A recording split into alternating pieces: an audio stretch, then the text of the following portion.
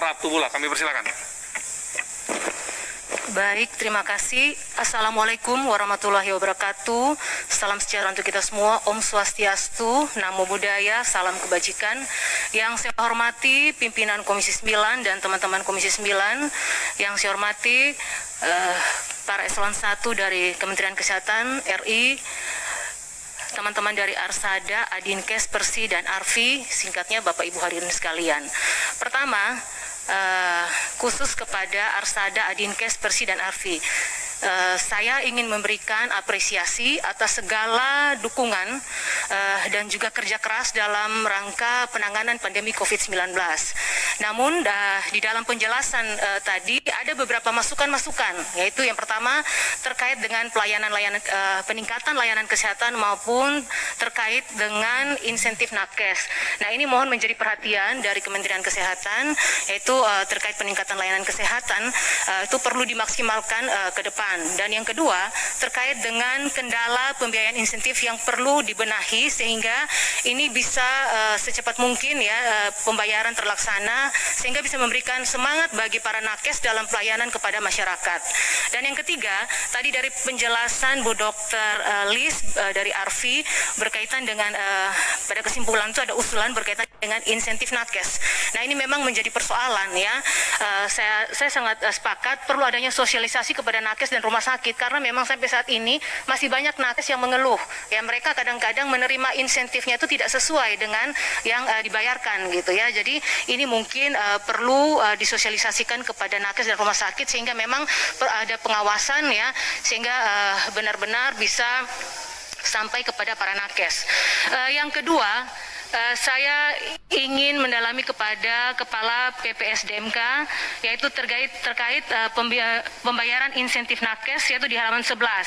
Di halaman 11 itu penjelasannya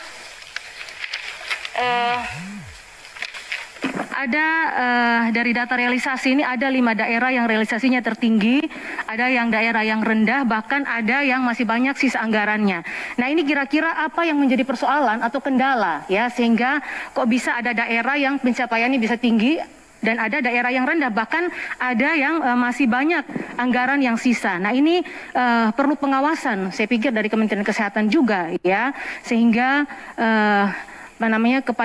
mungkin kepada pemerintah daerah ya, kenapa ini kok terlambat padahal uang udah ada, kenapa tidak bisa dibayarkan, kira-kiranya masalahnya di mana gitu.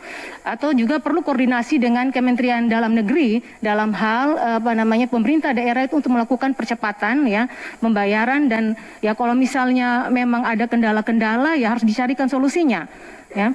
Atau juga mungkin dananya ini diendapkan di beberapa bulan ya setelah ada bunga ya, atau mungkin setelah ada keuntungan baru mungkin di bulan-bulan terakhir baru dilakukan pembayaran. Nah, ini mungkin perlu pemantauan dari Kementerian Kesehatan. Yang ketiga,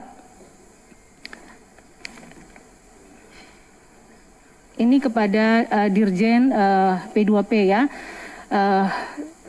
Kita juga berterima kasih atas pelaksanaan vaksinasi yang sudah dilakukan ya, dan berbagai upaya vaksinasi, dan juga saya mewakili masyarakat NTT khususnya dari Pulau Sumba itu berterima kasih ya, karena memang kemarin vaksinasi yang dilakukan yang mitra dengan DPR RI itu sangat mendapatkan respon baik dari masyarakat ya, bahkan masih kurang sehingga masyarakat masih meminta untuk tambahan vaksin dosis 1 maupun vaksin dosis 2. Berikutnya, kami juga beberapa waktu yang lalu melakukan kunjungan spesifik ke Nusa Tenggara Barat ya di NTB. Nah, di sana itu ada masukan dari gubernur dan masyarakat NTB terkait dengan vaksinasi, karena dari data yang ada Nusa Tenggara Barat itu masih di bawah 20%. Sedangkan pada bulan November kita akan menghadapi event internasional yaitu MotoGP ya. Tentu ini sebenarnya sebuah momentum untuk kebangkitan kembali lagi ya setelah pasca pandemi yang sudah mengkoyak-koyakan ekonomi masyarakat. Apalagi Nusa Tenggara Barat itu daerah pariwisata. Nah, ini yang kita harapkan kalau bisa sebelum November itu NTB sudah mencapai 70% ya, sehingga jangan sampai hanya gara-gara vaksin event internasional ini tidak terlaksana di Nusa Tenggara Barat ya, karena memang apabila ini terlaksana tentu kunjungan pariwisata sangat tinggi ya, akan berdampak pada seluruh aspek kehidupan ya, dan tentu akan berdampak pada perekonomian masyarakat yang ada di Nusa Tenggara Barat. Jadi mohon perhatian mungkin sebelum November itu kalau bisa 70% NTB sudah divaksin.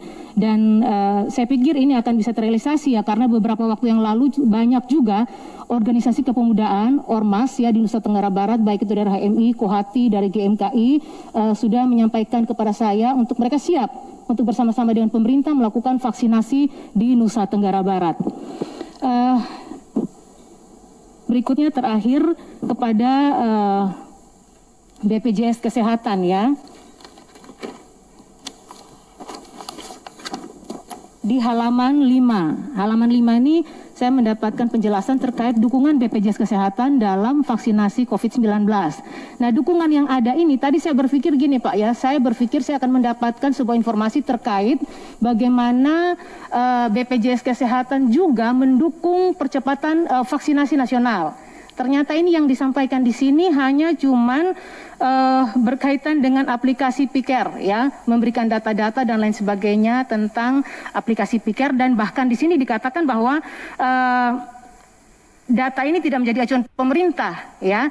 Ini hanya dalam memantau proses progres vaksinasi COVID-19 hanya sekedar data pembanding ya. Saya pikir ini ya, kalau saya apa yang dipaparkan di sini ya, kita berharap lebih kepada aksi nyata daripada BPJS Kesehatan untuk mendukung program vaksinasi nasional. Apalagi target presiden itu ke depan 2,5 juta per hari. Nah, ini yang kita harapkan BPJS Kesehatan di seluruh Indonesia bisa menggerakkan semua ya, artinya BPJS Kesehatan untuk memberikan dukungan ya, yang mungkin bisa bermitra dengan DPR bersama-sama dengan wakil rakyat untuk kita mengajak masyarakat untuk melakukan vaksinasi, tetapi BPJS Kesehatannya yang yang melaksanakan kegiatan.